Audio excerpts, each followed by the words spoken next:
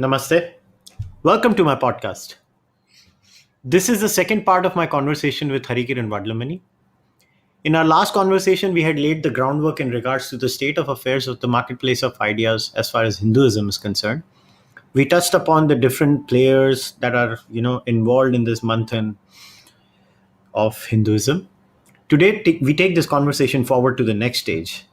So let's get on with this. If you've missed the last podcast, I would really recommend you to listen to that because if you directly go to this podcast, you won't get the flow of ideas. So, you just have to go to my SoundCloud page and you just have to look for the podcast before this one. Or if you're very lazy, I'll leave the link for the last podcast in the description of this podcast itself. Anyways, let's get on with the discussion. Hari Kiranji, welcome to the podcast again. Thank you. Thank you so much, Kushal. I must tell you, I enjoyed doing the podcast last time, and I also got good positive feedback from the podcast itself. So, as I just want to do a quick recap of the last podcast in terms of just what we discussed. Yeah. And then we can go to the subject matter of this podcast. Yes. And before that, would like to just say that the three-part series is primarily to look at understanding the problem itself, which Hindus face. That's the first part. Yeah. The second part is at the individual level, in terms of what the individuals can do based on their innate nature. And the third part is what Indic Academy and Indic Book Club is doing in terms of trying to bring about a change in the narrative. So that's the three-part structure. So in the first part, we discussed how there's a problem that Hindus face, both in terms of the three kinds of problems. One is the rights, which the government has been discriminating against the Hindus, and also the appeasement that they do to the minorities. Then the second part is the identity, which the academics, the media, and the NGOs, they distort our identity as well as appropriate our identity without acknowledgement. And the third part is how the religious group either persecute Hindus or proselytize Hindus. So that was the overall issues that Hindus face. And I put that in a framework, and I call it the RID framework, or Getting Rid of Hindus framework. Specifically from my point of view as an intellectual Kshatriya and as somebody, as a public intellectual who is working in this cause, I am more focused on the identity aspects because that's something which we can do. Whereas anything relating to the government or anything relating to dealing with issues that Hindus face at the social level, thanks to the persecution or proselytization, requires a different organizational capability, which organizations like RSS or VHP have. Individual public intellectuals would be a better place to focus on the identity aspects.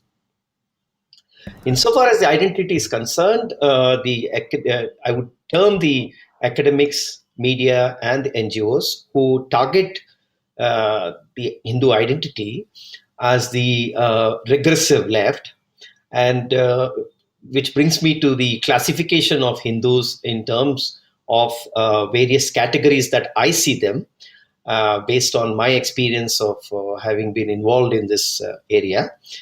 So therefore, the first category, of course, is the regressive left, who actually target the other Hindus in trying to distort my identity or appropriate my identity. So you have the aggressive Hindus who could be in the violences that you see in the Gaurakshaks or the Ravasena. I would not get into passing a value judgment on them in terms of the social causes that provoke them into violence, but there are certain sections who are violent, so we have to accept that. The second category would be the practicing Hindus. These are the large swathe of population that we have who go about their their lives as devout Hindus. Then you come to the third category, which is the occasional Hindus or the festival Hindus who have, thanks to the nuclear families and moving away, they only celebrate the festivals and are otherwise not regular practitioners of their faith. Then we have the closet Hindus, a large part of the economic right, who are have clarity about their identity, but choose to remain practicing Hindus, and they really don't fight for their identity or come out in the open or discuss.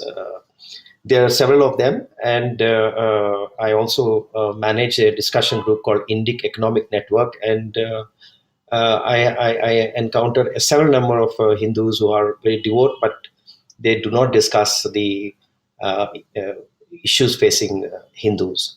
So I call them closet Hindus. Then the category, the intellectual Kshatriyas or the public intellectuals who are actually fighting to correct the narrative, to change the narrative into the distortions that we are facing on a regular basis. The next category would be the ambivalent Hindus, who are basically who are have doubts in their mind on their Hindu identity, and they have not yet made up their mind whether to fight for their Hindu cause or just they're in a state of doubt. So these Hindus I would call as ambivalent Hindus, and they move on to the next stage of having realized that, or having decided for themselves, not realized, having decided for themselves that they are not ritualistic, or they're not ritual Hindus. So they would perform, or they would call themselves as spiritual but not religious Hindus. So they would be the ones who would be doing, who would be loved with Dalai Lama and go to Buddhist chanting, and or go to yoga classes and look at the sunset, and listen to Deepak Chopra. That kind of spiritual but not religious. So they basically said we don't believe in rituals and that kind of stuff. And the next category would be the social justice warriors and the progressive, in quotes, Hindus, who, when faced with news items or faced with situations when there is a problem where Hindus are attacked, they keep quiet, and where the minorities attacked, they're the first ones to post it on the Facebook or Twitter, saying that, oh no, minorities are not threat. Those kind of. So they are they want to appear Mahatmas, and they want to appear very, very progressive on their social media profile. That they always take up the case of minorities and overblow it, and never discuss the issues that Hindus face. So I call them the social justice warriors or progressive Hindus. So that's the landmark, or the landscape of Hindus that I classify. This is my classification, in the sense that this is how I look at. And what really happens is that the regressive left actually targets the occasional Hindus, the ambivalent Hindus, and the spiritual but not religious Hindus. So when they write pieces tarnishing the image of Hindus, or the identity of Hindus, it's those Hindus that are being targeted, and they move from being occasional to ambivalent to being spiritual but not religious, and from there to progressive, and occasionally they become regressive also. So this is the issue at hand, that the academia, the NGOs, and the media are targeting these Hindus, and their idea is to convert these Hindus into non-Hindus. So that's the basic, I would say, proselytization, subtle proselytization that's happening, which basically converts not from Hindus to Christians, but Hindus into non-Hindus. And that's the problem that is to be fought at an intellectual level. So therefore, the public intellectuals and the intellectual Kshatriyas should understand that this is the issue at hand. And these things have not, these have been discussed by several eminent public intellectuals like Sri Raji Malhotra ji, David Frawley ji, Conrad Els. Several of them have already talked about it. So I've just put this in one framework called the RIT framework, and trying to explain what the problem is. So basically, if you are an intellectual Kshatriya, then you have to respond, and then you have to understand whom are you targeting, and what exactly are you trying to do. And this is slicing your customers, and segmenting your customers, and trying to cater the message based on the target customer. So if you are targeting occasional Hindus, then there's a certain kind of message. And if you are targeting the regressive left and trying to rebut them, then there is a certain standard of academic rigor, and there's a certain standard of research that has to go in rebutting them. So that's the kind of framework for any intellectual to prepare his response. And now we will come to the second stage of what I call as the Swadharma Dharma concept. The basic idea is that I have been fortunate to, and I would say I've been blessed to discover my circle of incompetence, or my core incompetence, quite early in my activist career. And I realized that I could never be a very serious intellectual. Therefore, in my resume that I sent you, which you read out in the first podcast, I call myself as a generalist and not a specialist. And I also I feel good when I enable specialists, and when I enable people discover what their innate nature is. So that's what drives me personally. And this realization came to me when I first encountered. Of course, in the Gita we talk about Swadharma, and in Vedanta we talk about vasanas and the innate nature of a person. And subsequently, of course, in 2001 or so, there was this seminal article by McKinsey, which really talked about unbundling the corporation. This was the first time when internet talk came into prominence, and there were a lot of companies, .com boom and all that. So the research done by the McKinsey consultants was that you can unbundle the corporation into three distinct parts, and each of these parts is a business by itself. So the first part is basically you're talking about products and innovation, and therefore kind of skill set required for that is one set of competencies. The second part is basically the value chain of manufacturing, which is the input of the raw material and the output of the product.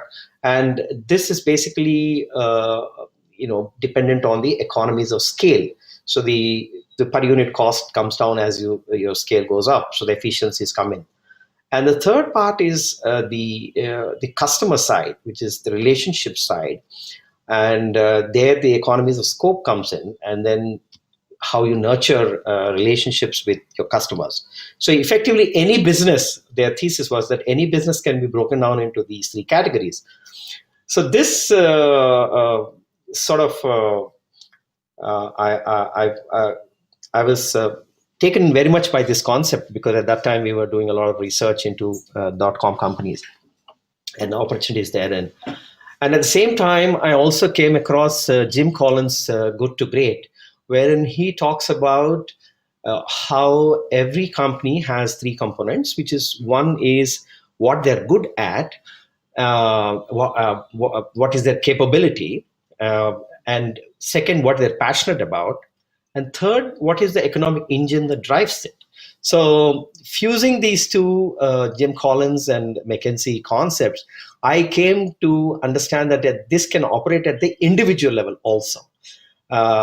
This, of course, overlaying it on top of the Swadharma, which Krishna talks about in the Gita. So at the very individual level, you can actually break down people into three categories and understand how they are good at what. So some are, therefore, if you go to this slide, some are very good in thinking, so which is what is innovation. And the other is some people are very good in organizing. So you tell them to organize something, whether it's a wedding, whether it's a meeting, or anything, any project. They're right there, and they're they revel in that. And there are people who revel in, or who specialize in maintaining relationships. So that's so the same thing, same concept which works at the organization level actually works at the individual level also.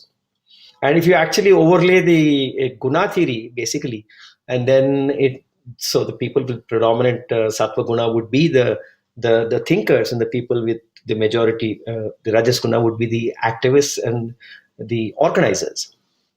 So this is what I would transposing this concept from McKinsey to an individual, and I would categorize, and when I meet people, I think of them, are they thinkers, or are they good at organizers, or are they good in nurturing relationships? Then if you understand what you're good at across these three spectrums, and then you realize what you're capable of, then of course, what are you passionate about, what is what excites you. And across the public intellectuals in Hinduism, and and in social media and Facebook, if you see, there are several people with different kinds of passions. And I will come and talk about a few of the individuals that I've been fortunate enough to deal with.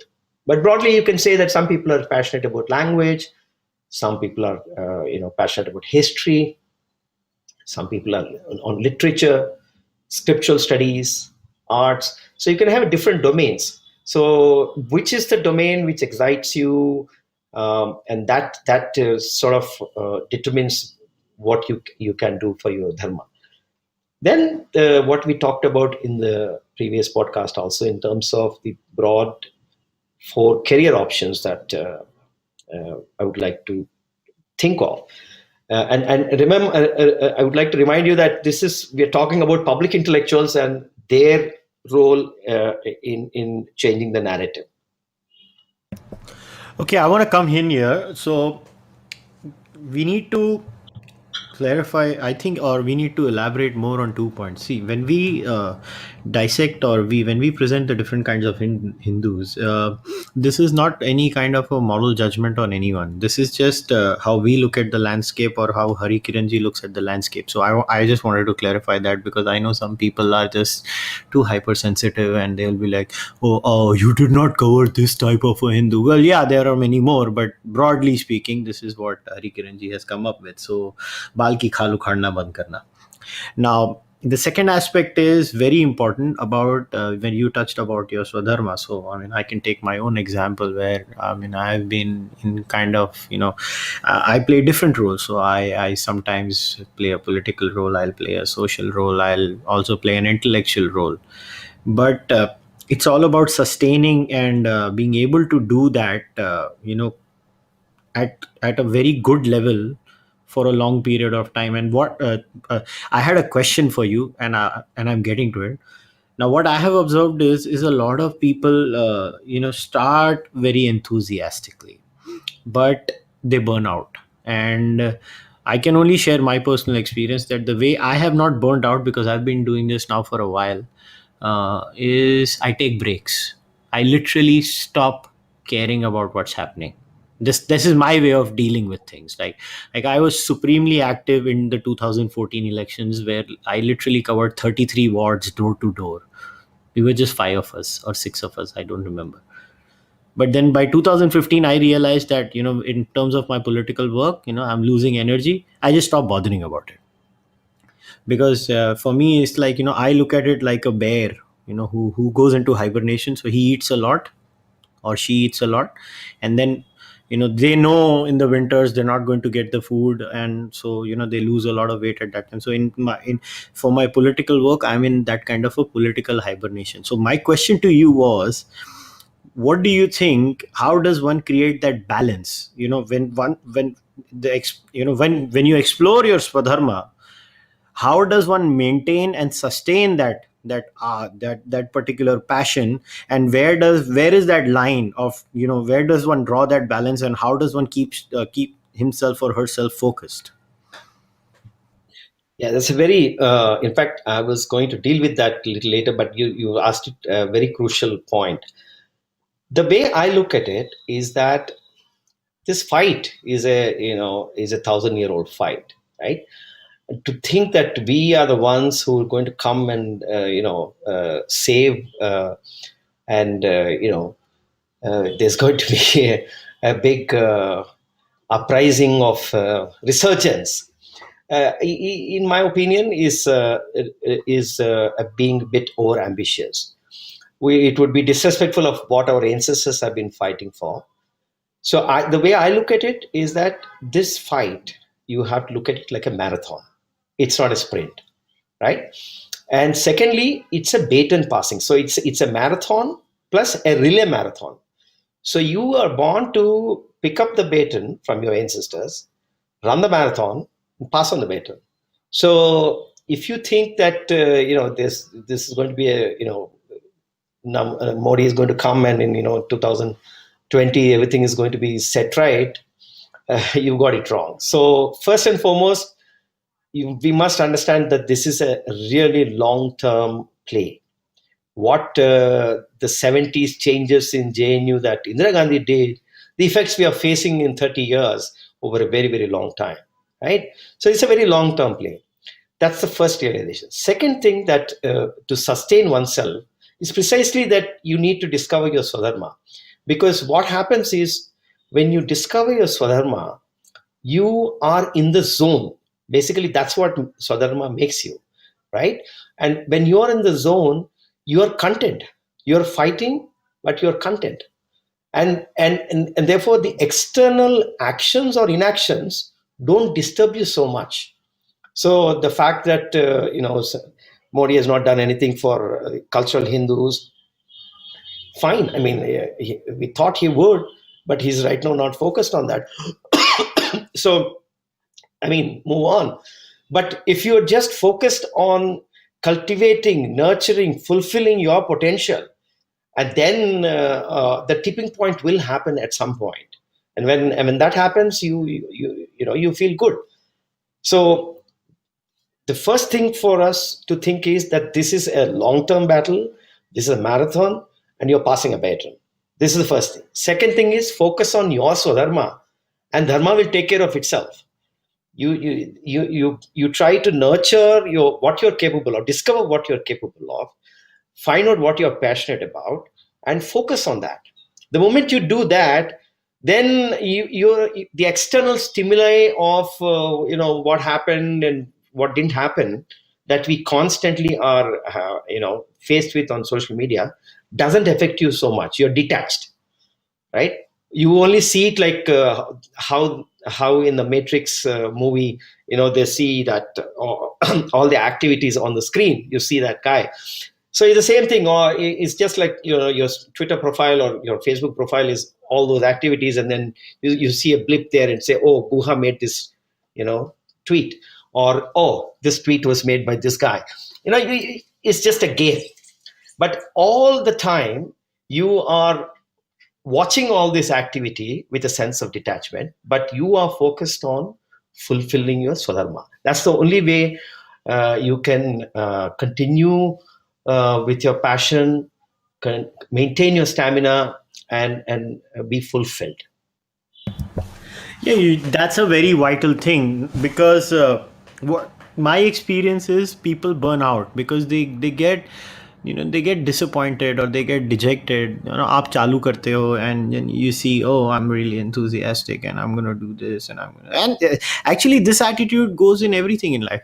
Let's say even if you're working out in a gym, initially, you have a lot of energy, but then after a while it becomes redundant, it becomes monotonous, and the toughest part of any kind of activism is, whether it's intellectual activism or whether it's activism on the ground or any activity, is the redundancy. It becomes monotonous. You're doing the same thing again and again and again and again. So I can't make I can't talk about it often. Just take breaks. My advice to anyone who really cares about Hinduism is, once in a while, god damn it, take a break. Just stop thinking about it, and I think that will help people a lot. Anyways, now let's go on to the second aspect, where when in the initial part of that you had mentioned that that you'll talk about some specific people and use them as examples, and I believe specific examples are very important, because in that way we can lay the groundwork. Okay, देखो इस बंदे ने ये काम किया है और देखो ये कैसे कर रहा है, and look at the time frame that this guy Absolutely. has gone on and done specific things. So can you elaborate on that? Because I feel that is the most important aspect, because in any movement we need heroes, or we need idols to look up to. We can use any word that we want to, but we need someone, एक आदर्श होना चाहिए कि देखो इस बंदे के जैसे मुझे करना, और देखो ये कितने समय से कर रहा है. So can you give us a few names? Yes. I'll just so like I said, that we are talking about the four career options, and I just want to highlight one point on temperament also, because what happens is that apart from your capability and your passion, your temperament also determines the how long you fight and how you fight. And some people are sensitive, and some people are are can withstand the constant abuses that one faces. So if you're the sensitive types, then there would be a lot of debates within our Hindu intellectuals itself, and therefore then you would be better off not being dealing in the areas of protection. You would be more it's easier for you to deal in preservation or promotion, because there's less of ego in those spaces, whereas you have a lot of ego in the protection space. So it's very important to understand what's your nature, whether you're sensitive or whether you can brace yourself with to abusers. You see this all the time on social media. So now just look at this framework. So you have like like an activist, for example. If you want to talk about an activist, let me just take out the names I have. See, there's this guy called Chetan Pandey. Okay, so now this guy is really focused, and is very, very focused on digitization. I mean, that's his trip in life. He wants to digitize every manuscript that's available in India, right? He's a bachelor, he's 38 years old, he lives in Singapore, and he spends money, whatever his savings are, he spends money and sends them to India. He has a couple of people, so he goes around to libraries, and he has the scanners, and he just wants to digitize. That's his trip, right? Very focused.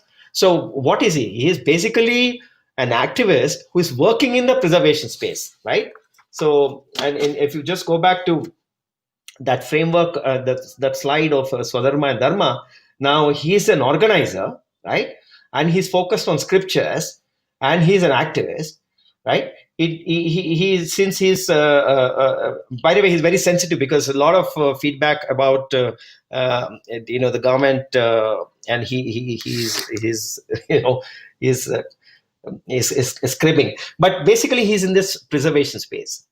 Likewise, you have in the artist space, for example, there's a friend of mine I just recently met. He works in New York in Goldman Sachs, and he's an artist who is focused on creating visual, using CAD CAM and using modern software, visuals on Mahabharata. So he's already had released 3 books. His name is Somdeep Datta. So he's a thinker. He's working on the scriptures, but he's an artist, right? And he's working in the area of promoting these books, right, into to the younger generation. Likewise, if you look at somebody like Anurag Saxena, whom you had done with recently a podcast. Anurag is a brilliant guy. Now he's an activist. Yeah, he's an activist, and his trip in life is to bring back all the stolen idols in the world. That's it. So what does he do when he gets up in the morning? That's all he thinks of, and that's all he does. He's very specialized, very focused. So if you think he's an organizer, and he's again focused on history, and he's an activist, and in terms of preservation of our heritage, he's very much there. Look at for example, people like Nupur or Shafali, Alok Bhatt, Yogini. These people are our border security forces. Like I tease them and say that you are my BSF. So I go to sleep in the night knowing that you'll be there to protect the borders against the left liberals' attacks. So and they have the stamina. So you go back to the temperament. They're very detached. So if you look at the kind of abuses that these people face every day in and day out, but they have developed a sense of detachment, and they're there. So they're in the protection game. They're on social media, and what they're doing effectively is whenever their lies are propounded, then they correct them. So they're correcting the narrative, they're protecting, and they're activist, social media activists. On the other hand, look at True Indology, or look at Ratnakar from Hyderabad. He's a friend of mine. Or look at Sanjeev Sanyal. Now, their trip in life is their nuttiness quotient is focused on history, right? I mean, if you look at True Indology and Ratnakar's timelines, the kind of in-depth study they do, it's something which is very inspiring. And I know that both of them have software careers, so they're like otherwise employed. It's not their full-time job, but the way Ratnakar is more on the positive side, not on the corrective side. So he's focused on history. He's passionate about history, but he blogs in depth. So there's a political leader whose birth anniversary is there, whose death anniversary is there. You can be sure that there would be a blog from Ratnakar. And on the other hand, True Indology is on the corrective space. So whenever there is something that is being tried to portrayed, he is there to correct it. So because he the kind of knowledge that he has on his fingertips is something amazing. You already know about Sanjeev. Sanjeev is a good friend from Singapore. He was like an investment banker, right? And he wrote these books on history and geography, and he was actually, he took a break, and went around and discovered himself, and then discovered his country, and made us discover this country through his wonderful writing, right? So if you look at Chandrahas Halai, if you know him, you met him in Mumbai. Now he's a thinker, and his thing is in science. He's into Vedic mathematics. His book is coming, and he's going to speak now at the next conference. So he's in the preservation space. He has a sensitive temperament. His temperament doesn't really matter, because he's a thinker, and his output is what matters. And his quality is almost at the academic stage. So I would guess that at some point he would want to do a PhD himself.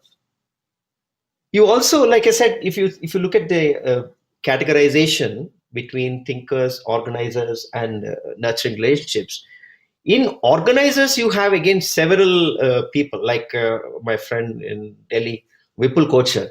He loves putting together, and he frequently conducts several meetings there.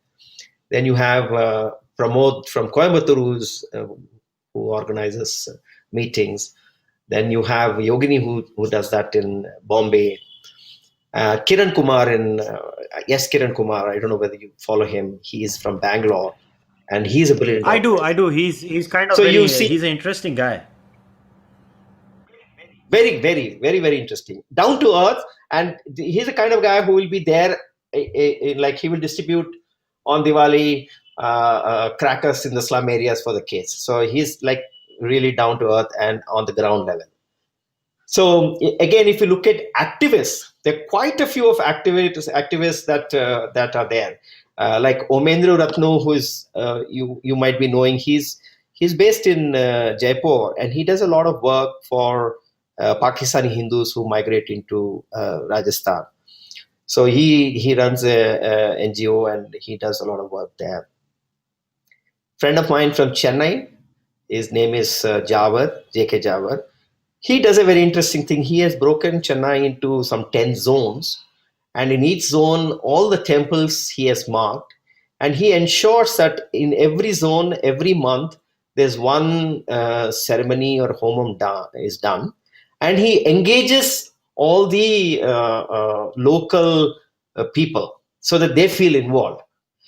That's the beauty. So he engages the Dalits that are there, the backward class, everybody. He involves them and he makes them do the homums, so they're completely involved in that. So that's a very ground level activist work that is there.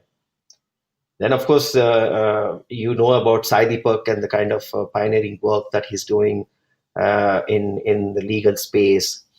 You have a similar person in Bangalore called Kiran Vadlamani. I don't know whether you follow him, but he does again a lot of work on temple-related issues. He's an activist.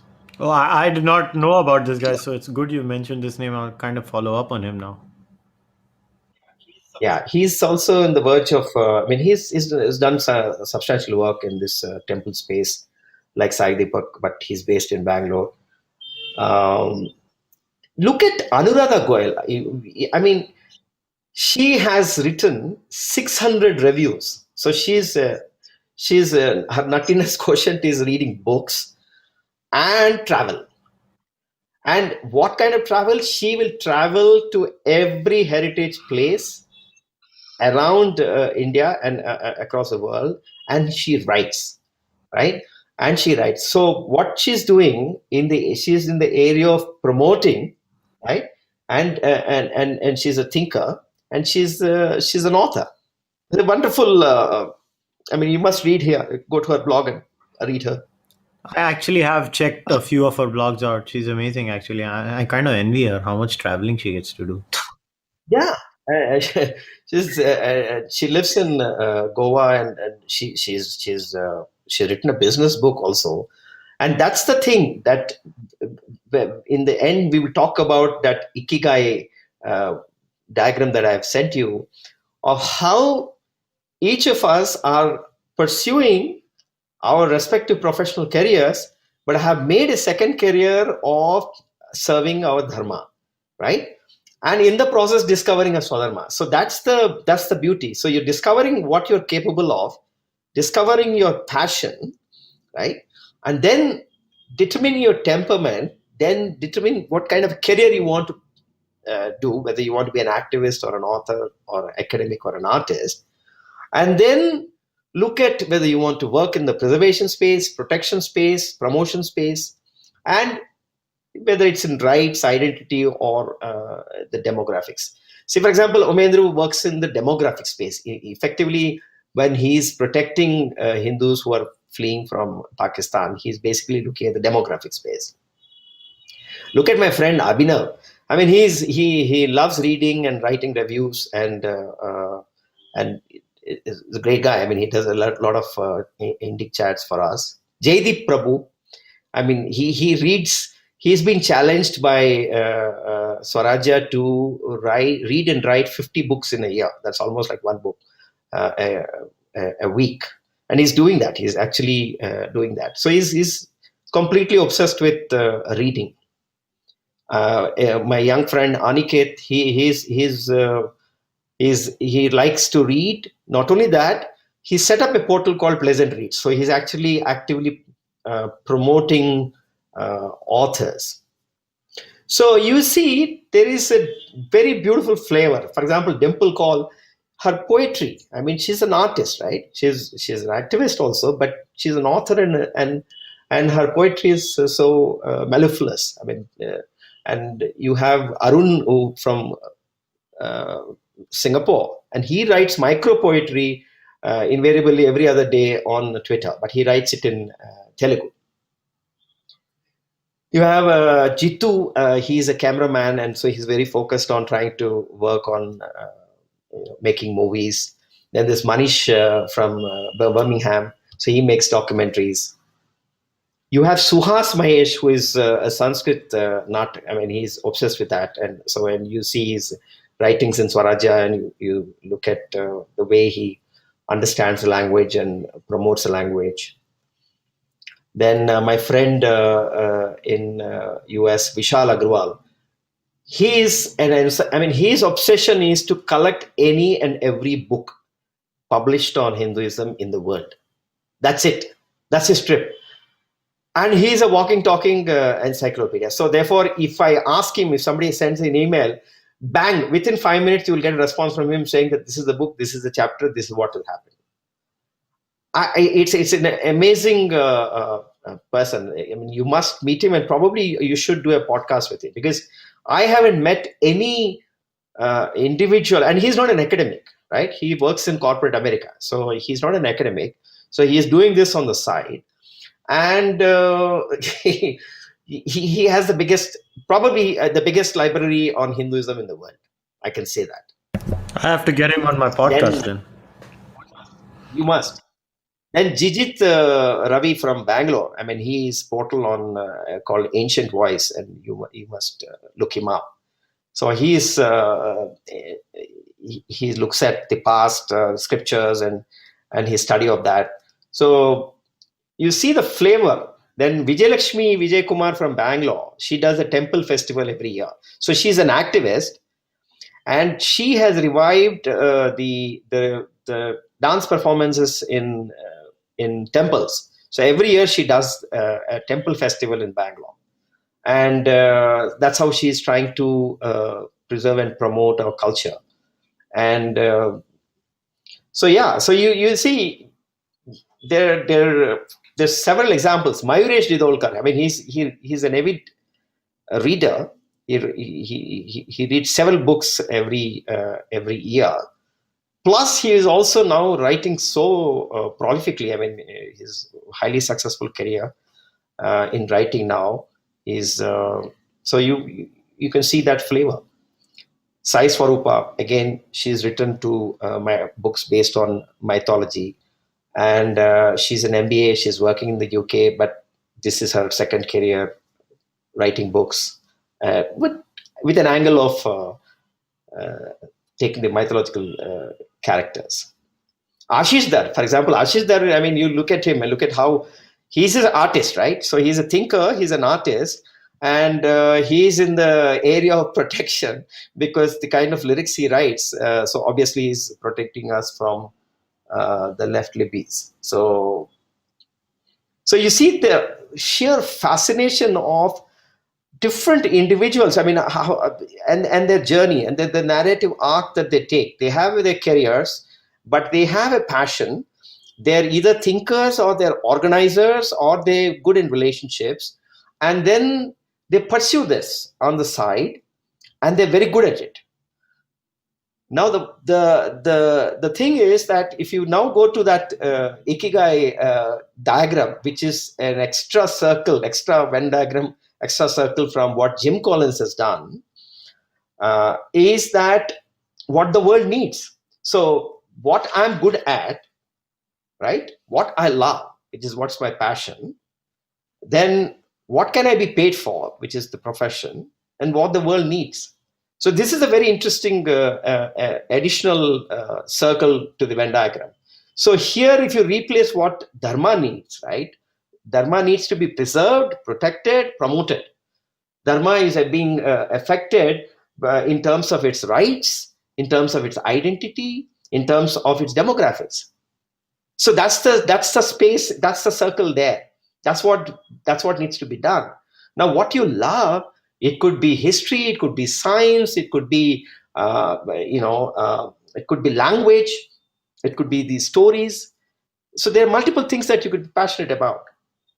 Now, most of the public intellectuals, and what you're good at is, in terms of whether you're a thinker or organizer or good in relationships.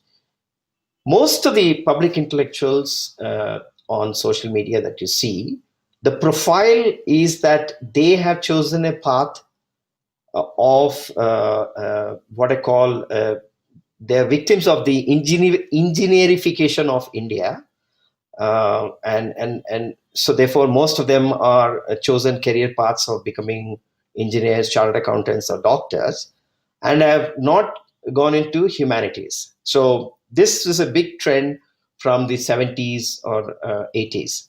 So the most of the generation, Gen X and millennial generation, are not in the humanities space.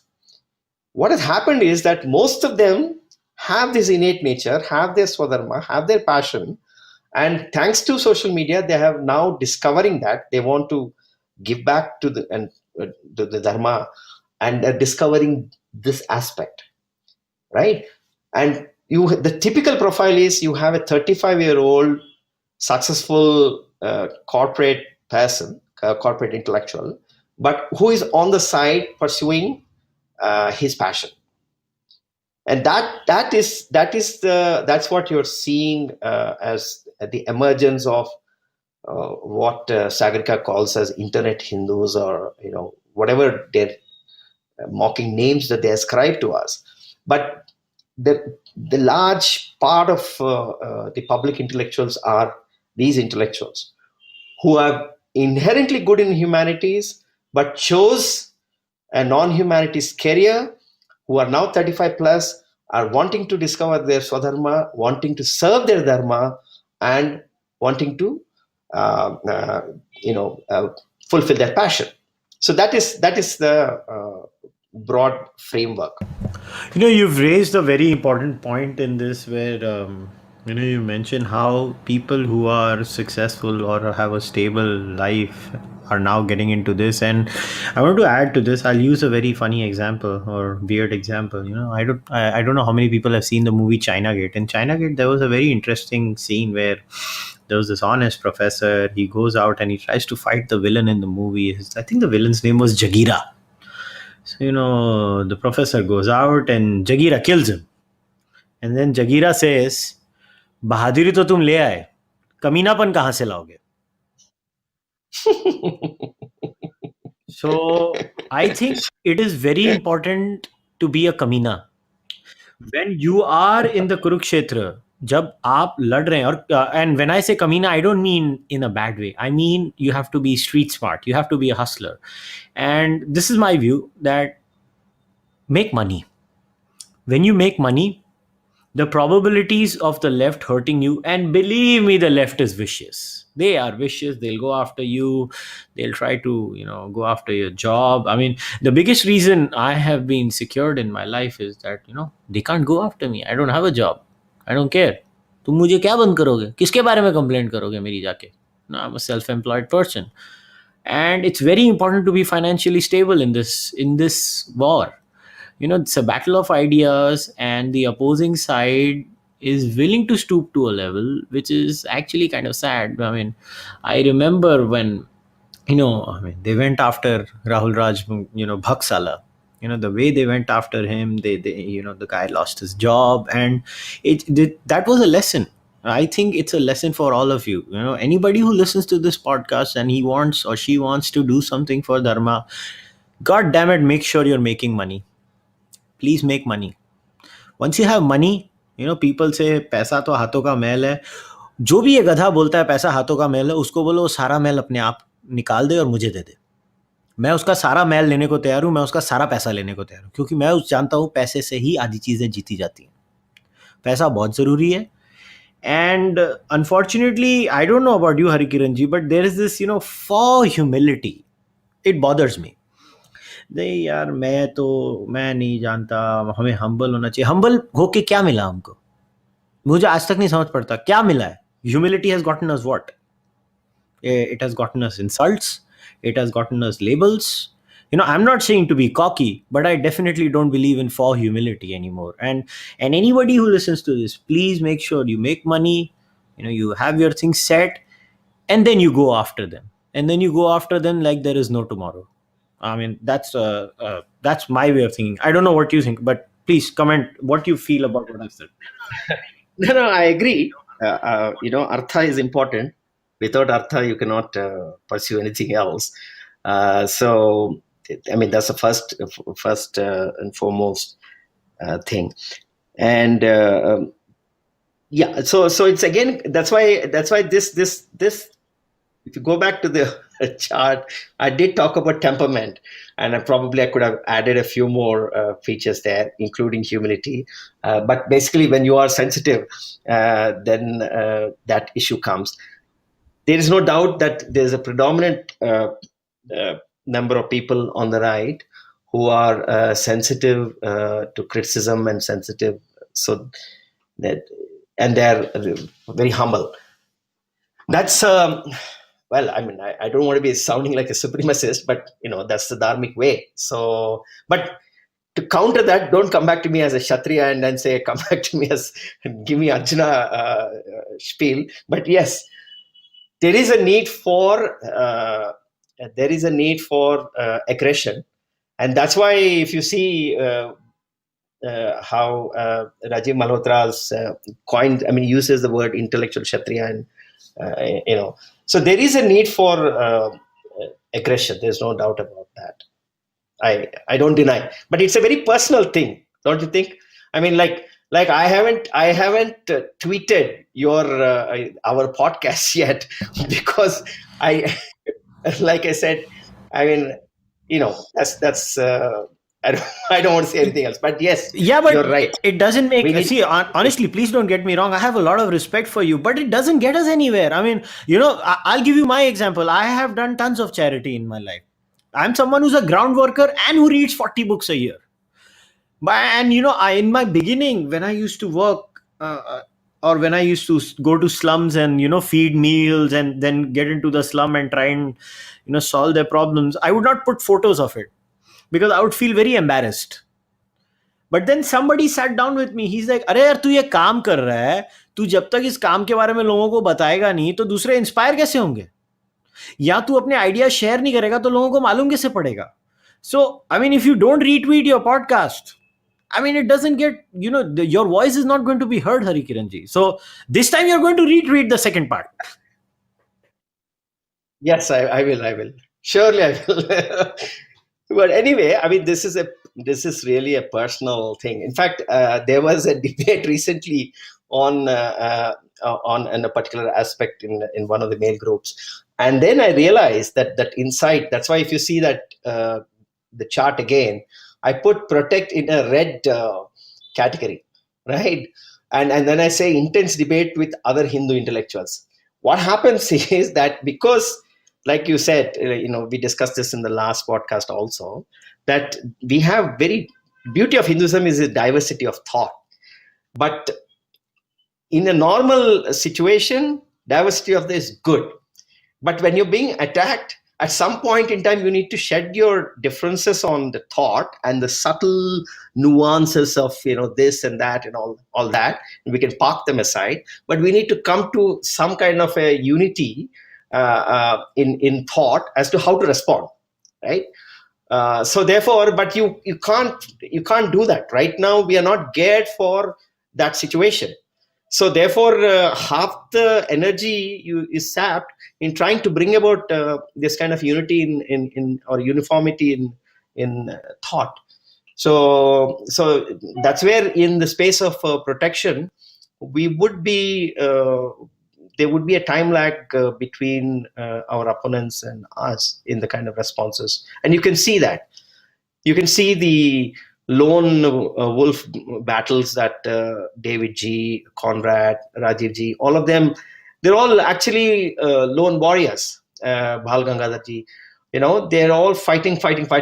It's only now that there is a sort of confluence of factors that has come in, whether it's social media, whether it is the lost decade of UPA, multiple factors that and the millennials and the Gen X of the who are now 40 plus and who want to do something back. So there's several factors that come together, and then the work done by all of them is now gaining traction, gaining momentum, that now you can see the different streams of these thought coming together into a river. So that's the kind of thing that's happening right now, but it's going to take time. So it'll still take some time before we have that kind of a response.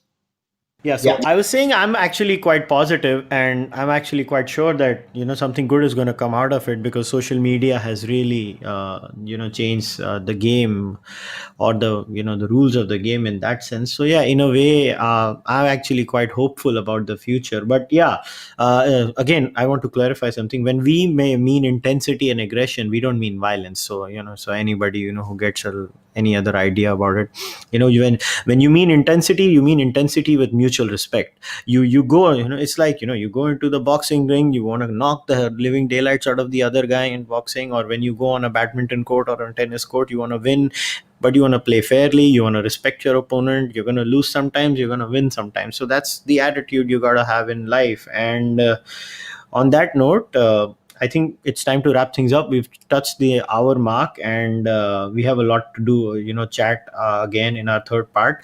For the listeners, a lot of time Hari Kiran ji has mentioned about a chart. So I'm going to put, obviously, like the last time, the chart is going to be the display picture on the YouTube slide, and obviously it will be the image of the SoundCloud display picture. So you guys can just click on the image and you can look at the chart. Or you guys, if you're listening on SoundCloud, you can just go on YouTube or SoundCloud, just go on the display picture and you'll see the chart.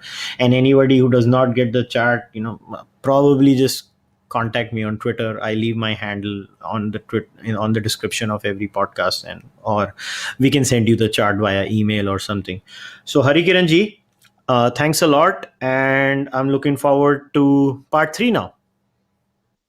Thank you. Thank you, Kushal. All Good right, night. take care. Bye.